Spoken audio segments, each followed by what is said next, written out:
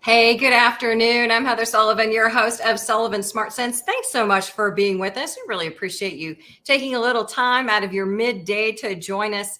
As you know, we meet here every Tuesday to try and help you find different ways to save money. We're living in such a crazy time with inflation and rising interest rates, and the cost of everything just keeps going up and up and up. And I've been wanting for a while to do a show on groceries because I know that's a biggie for everybody. The price of meat, the price of eggs, dairy, produce, everything has been climbing. And I know that's making it really hard for a lot of families.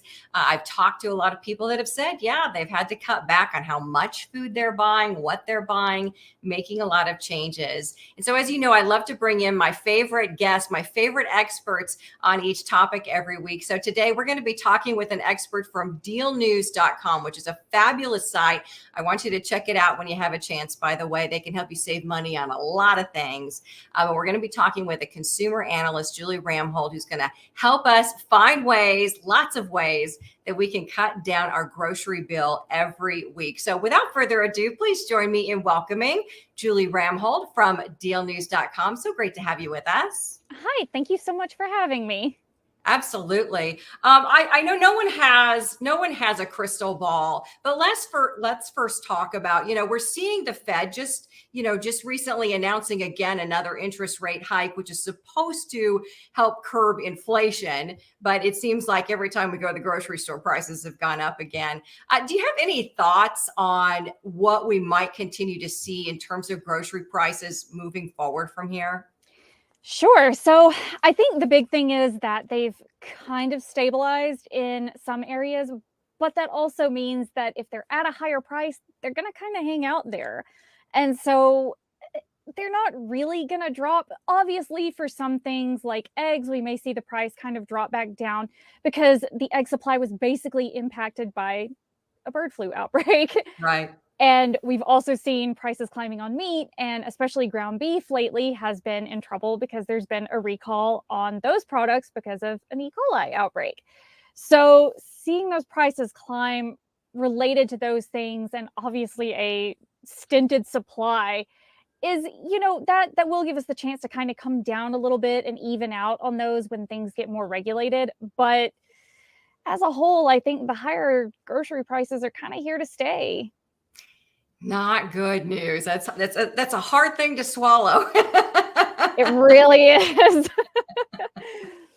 All right, well, let's dive right into it. There are lots of ways that consumers can kind of tackle the grocery bill. So I think one of the most important things that really helps, of course, is planning ahead. So let's talk a little bit about meal planning and kind of making a plan for when you go to the grocery store.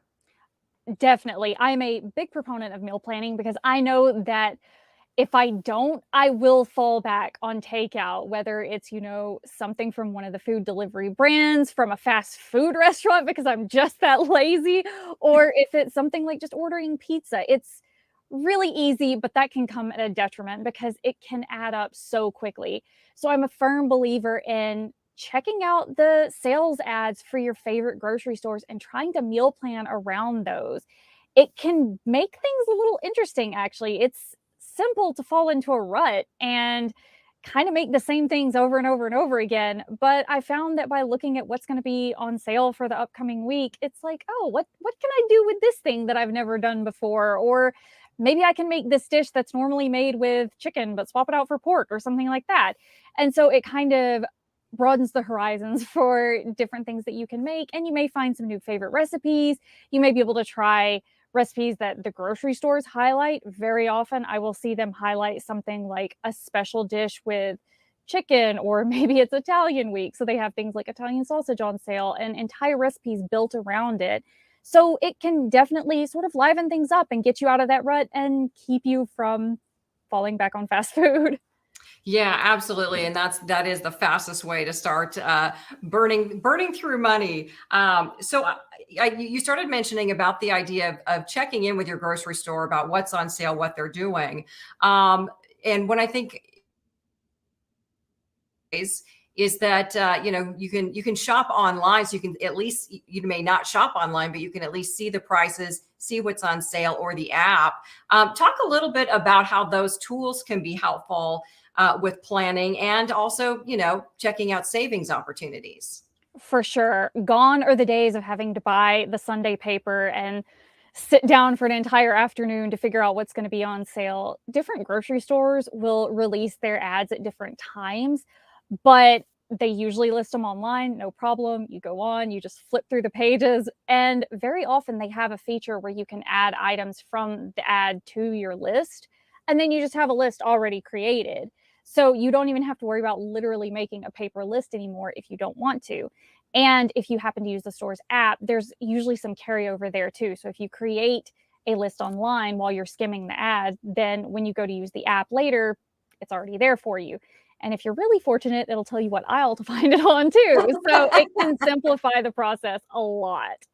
Yeah, absolutely. Because it's so important to stick to that list, get in and get it done. You don't want to be picking up those what do they call them? But the things that catch our eye, that add to that grocery bill. Those impulse purchases, Yes, that's the especially the word. things on the end caps that they're trying to highlight. It's like, yeah, that snack cake really does look good, but I do not need that. Absolutely. Well, let's talk a little bit about other technology. First, I want to give you a chance to talk a little bit about DealNews.com, what you guys do, how you can help people save, and then maybe some of the apps and things that you find to be helpful. Sure. So the great thing about Deal News is that we have a live team of curators, so real people that scour the internet every day looking for the best deals. So we don't have just automated things from bots that are saying, "Oh, this is a good deal," when it's not. So our curators will actually evaluate these deals and then tell you why they're a good deal. Sometimes it's because it's the best price we've ever seen, and sometimes it's because it's list price, but this thing has been out of stock for so long that now you can finally get your hands on it. So it's totally worth doing. So we definitely have a leg up there because we do have people evaluate things in real time. But in addition to that, we offer services like being able to create a deal alert. So if you're looking for a particular item, especially a big ticket item, you don't want to overpay. Once you find the model of the TV or the washer and dryer combo or refrigerator or whatever that you're looking for, you can set up a deal alert with as much criteria or as little criteria as you want. And then we will send you an email notification when we list a deal that matches it. So if you go really broad, then you're probably going to get a lot of emails about the deals. And if you go very specific, then you're probably only going to get a few here and there whenever we list something that matches it. So I definitely love Deal News, obviously, for for the ability to shop for anything like that. And I also work on the blog side of things where we write a lot of buying guides. So if you've been wondering, when is the best time to buy certain major appliances? When is the best time to buy a mattress? We have you covered there with those things too. Yeah, I love your side. I think you guys do a fantastic job, and your expertise on so many things is fantastic. So I'm always really pleased to get a chance to talk with you. Are there grocery apps or shopping apps that you feel are helpful when it comes to saving on groceries? Definitely. I will say if you're looking for things at Amazon, on Deal News, we will highlight subscribe and save offers sometimes, but I also realize that some people don't necessarily want to subscribe and save and have regular shipments coming to them, especially if it gets ahead of them and you don't necessarily need them when they send it to you. But if you're just kind of shopping normally, I am a big believer in using Ibotta, which is an app and a browser extension now. When they first started out, they were pretty much just a grocery store app, and you would go in and save offers and then shop like normal, and you just upload a picture of your receipt as proof that you made these purchases. And that's still true, but they also have a browser extension. So if you are shopping for things like groceries online, you may be able to actually get some cash back that way as well. So it's definitely gotten bigger and it's so easy to use. I don't know why anyone wouldn't. But there's also an alternative app, Checkout 51, which does basically the same thing. It has offers for you to redeem on groceries, but they also offer cash back on gas now too, which with gas prices climbing, might be leaning a little more towards that one. It depends on how much you drive. For me, I don't drive all that often, so it's not a big deal. So I'm still feeling the Ibotta love, but they're both great apps. Yeah, they sound fantastic. Touching on the gas topic, because a number of grocery stores have loyalty programs. When you shop there for your groceries, then you get that gas discount. I know, some people might be reluctant to join that just because they don't want to be tracked their purchases, giving up that little bit of privacy. But I think it's such an easy way for people to save on their gas as well. That they sometimes you can get it, right there at the grocery store. Yeah, I realize that people may be very privacy conscious, but I also think if you're online, you're probably being tracked 2 ways to Sunday or whatever. So, Right. Yeah. like, I think it's sort of a part of life, which is a really dangerous trap to fall into. Obviously, we want to protect our privacy, but I do think that when it comes to loyalty programs with stores, very often they're the lesser of all the evils because while they may be sort of watching what you purchase, that pays off for you in the end because they're not selling that information because they want you to keep shopping with them. So they're taking, your buying habits and then they're sending you offers that are tailored to those buying habits basically to try to get you to spend more. So, if you have something that you repeatedly buy, it's actually a good thing to do to sign up for those loyalty programs and it pays off in more ways than you would think. But yeah, part of the draw is definitely with gas savings because stores like Kroger will offer fuel savings based on, how often you shop and how much you spend and things like that. But even outside of that, I would say if you have a warehouse membership to like Costco or Sam's Club, very often they will have lower gas prices than the standard gas stations in the surrounding area. So if you can fill up there, that's a good way to save at the pump too.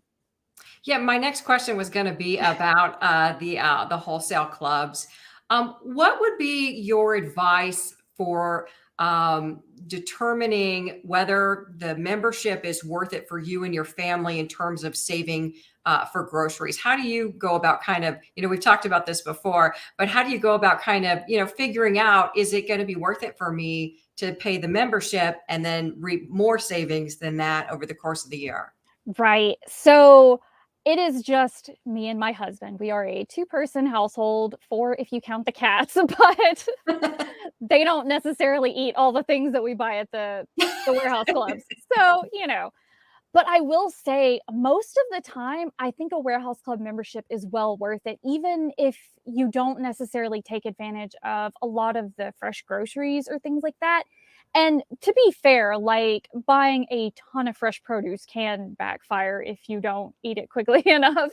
So if you have to throw things like that out because you're just not able to eat them quickly enough, then yeah, that's kind of, wasting money. But usually these warehouse clubs offer such excellent prices on things like meat and pantry staples and paper products and even like health and wellness goods too that it's so worth it more often than not to get the membership. I will say if you are a single person or you're living in a small space and you just don't have the room to store excess product, it might not be the best buy. Or if you're having to drive like really far out of the way. So I know when we were living in Auburn, we had a Costco that was like an hour away across the state line into Georgia. So we still had the membership, but we only made that trip like once a month and we made sure to make it count. Yeah. So if you have to drive that far, it may not be worth it. For us, it was. It was much better than having to go to the one grocery store that was nearby and pay those prices all the time without shopping around. So I do think that for the most part, a warehouse club membership is going to be well worth it for most people. Yeah, and big savings, like those are pretty much the cheapest prices on gas usually. Definitely. I can say, especially in our area lately, that yeah, Costco is one of the cheaper places to get gas right now. Yeah, that's why I always see the huge lines Yep, of people exactly. filling up. Yeah, you choose your timing wisely on that. Let's talk a little bit more about coupons. You were mentioning that, obviously if you use the grocery store app, that's going to show you coupons or, deals that they're having. I think, like, and you talked about the days of cutting coupons out of a newspaper, and that, even for me, that was the time investment has always been like, how much time do I want to, invest? These days, obviously, people are looking for any way to save. But so do you have any further advice if you are going to try and search out coupons, use coupons to try and cut down on the grocery bill? I think your best bet is probably leave the Sunday paper in the corral where it belongs, unless you just really love to read it, and then search out the specific stores. So stores like Publix, Kroger, Target, they're all going to have discounts online, usually coupons that you just save to your account, and then you can pay with the app and it usually redeems them automatically. Or, you can check it out. Maybe it's tied to your phone number so that all you have to do is punch that in when you're checking out in the store too. But either way, I would say that's probably going to be one of the best ways to go. And if you like to shop around, have a few stores that you'll check out for the same products, because obviously one week one of them is going to have a great sale while the other one is best. So I would say, look for those online, especially for things like Publix and Kroger. They like to tie coupons to their loyalty programs, so you can go in and save them and then just redeem them, no problem. And Target's the same way. If you join Target Circle, it's totally free. And then they come out with new offers every Sunday. And so rather than me sitting in front of a paper, I'd sit in front of my computer screen and scroll through, hundreds of offers from Target to see if there's anything I want to save. But I mean, there are some manufacturers' coupons to be had. If there are brands that you're particularly interested in, sign up for the newsletters.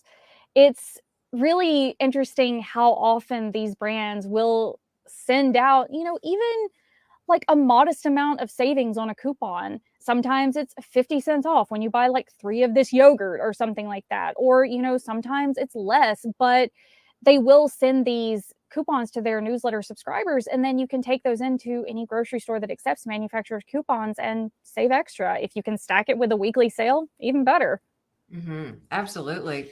Let's talk a little bit about rewards credit cards that can give you that cash back and discount for grocery shopping.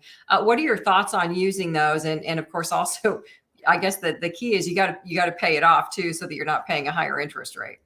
Very true. I am a firm believer in paying off your credit card bill before it can accrue interest. I realize not everyone is going to have that ability, but if you can, do it. I also use a rewards credit card for basically every purchase. We have one that we got through Costco, and they have really good cashback rates.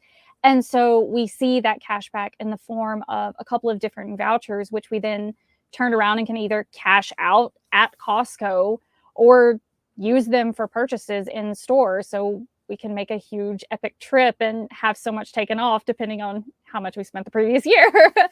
Right. But I will say that their cashback credit cards are so common now. Occasionally, you may see rewards credit cards that have you redeem points or earn points for certain purchases, and that's fine. But I would say if you travel frequently, try to find one that has a good rate that also lets you earn frequent flyer miles. And if you just want cashback, there's an option out there for everybody, I swear. So just start checking into what their rates are. Very often they will offer, 1, 2, 3% on things like groceries, gas, dining out. So basically all of your purchases will definitely count, and you can make your dollar go a little bit further. Yeah, I think that's a great idea. Lastly, let's kind of just talk about in-store shopping versus online shopping. I think the advantage of shopping online is it does kind of prevent some of those impulse purchases, but some, may have a delivery fee or what have you. What are your thoughts on choosing one or the other and ways to save with that? So I think one way to shop online and kind of save is to opt for pickup if you can. Some stores are offering it just of their own volition now, but you can also use services like Instacart to do grocery pickup now if you want to. The biggest thing I would say is if you're shopping online, you have to be okay relinquishing control, because you are not going to be the one to pick out the produce or the meat or whatever. You're relying on that shopper, whether they're employed by Instacart or by the store you're shopping at or whatever.